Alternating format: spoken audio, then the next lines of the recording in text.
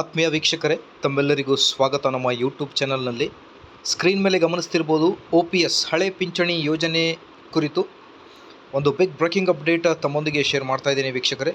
ವಿಡಿಯೋನ ಕೊನೆವರೆಗೂ ವಾಚ್ ಮಾಡಿ. ನೀವೇನಾದರೂ ನಮ್ಮ ಯೂಟ್ಯೂಬ್ ಚಾನಲನ್ನು ಫಸ್ಟ್ ಟೈಮ್ ವಾಚ್ ಮಾಡ್ತಾ ಇದ್ದರೆ ದಯವಿಟ್ಟು ವಿಡಿಯೋನ ಲೈಕ್ ಮಾಡಿ, ನಮ್ಮ ಯೂಟ್ಯೂಬ್ ಚಾನಲನ್ನು ಕೂಡ ಸಬ್ಸ್ಕ್ರೈಬ್ ಮಾಡಿಕೊಳ್ಳಿ.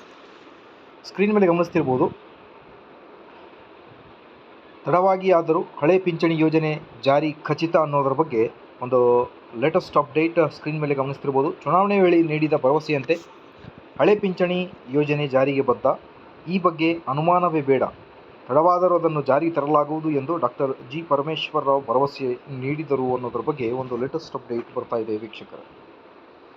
ರಾಜ್ಯದ KSMSCL ಸಂಸ್ಥೆಗೆ ಆರೋಗ್ಯ ಇಲಾಖೆ ಸಲ್ಲಿಸಿರುವ ಹಿಂದಿನ ವಾರ್ಷಿಕ ಆ್ಯನ್ಯುವಲ್ ಏನಿದೆ ಇಂಡೆಂಟ್ 2022-23ನೇ ಅನುಮೋದಿತವಾಗಿರುವ 732 ಔಷಧಿಗಳಲ್ಲಿ 475 ಔಷಧಿಗಳಿಗೆ ಖರೀದಿ ಆದೇಶ ನೀಡಿ ಔಷಧಗಳನ್ನು ಎಲ್ಲ ಔಷಧ ಉಗ್ರಾಣಗಳಿಗೆ ಸರಬರಾಜು ಮಾಡಲಾಗಿದೆ.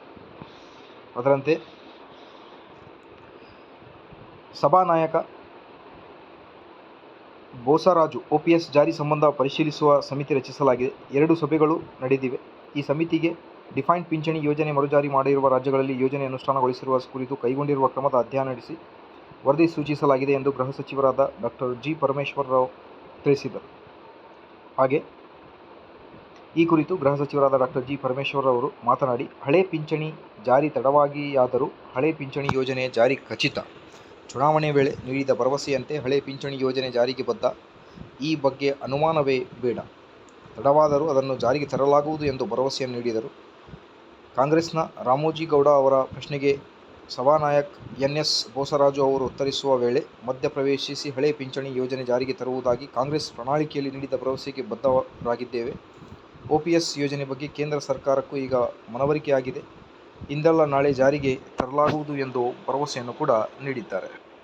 ಹಾಗಾಗಿ ಸರ್ಕಾರಿ ನೌಕರರಿಗೆ ಇದೊಂದು ಗುಡ್ ನ್ಯೂಸ್ ಅಂತಲೇ ಹೇಳ್ಬೋದು. OPS ಜಾರಿ ಕುರಿತು ಇದೊಂದು ಬಿಗ್ ಅಪ್ಡೇಟ್ ಆಗಿರುತ್ತೆ. ಮಾರ್ಚ್ 14ರಂದು ಬಂದಿರುವ ಲೇಟೆಸ್ಟ್ ಅಪ್ಡೇಟ್.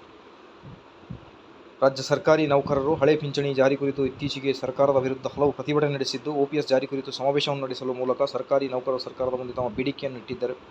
ಇದೀಗ ಹಳೆ ಪಿಂಚಣಿ ಜಾರಿ ಕುರಿತು ವಿಧಾನ ಪರಿಷತ್ ಸಭೆಯಲ್ಲಿ ಚರ್ಚೆ ಕೂಡ ನಡೆಸಲಾಗಿದೆ. ಹಾಗಾಗಿ ಆದಷ್ಟು ಬೇಗ ಜಾರಿಯಾಗಲಿ. ಮಾಹಿತಿ ಇಷ್ಟ ಆದಲ್ಲಿ please like, share and subscribe. Thank you.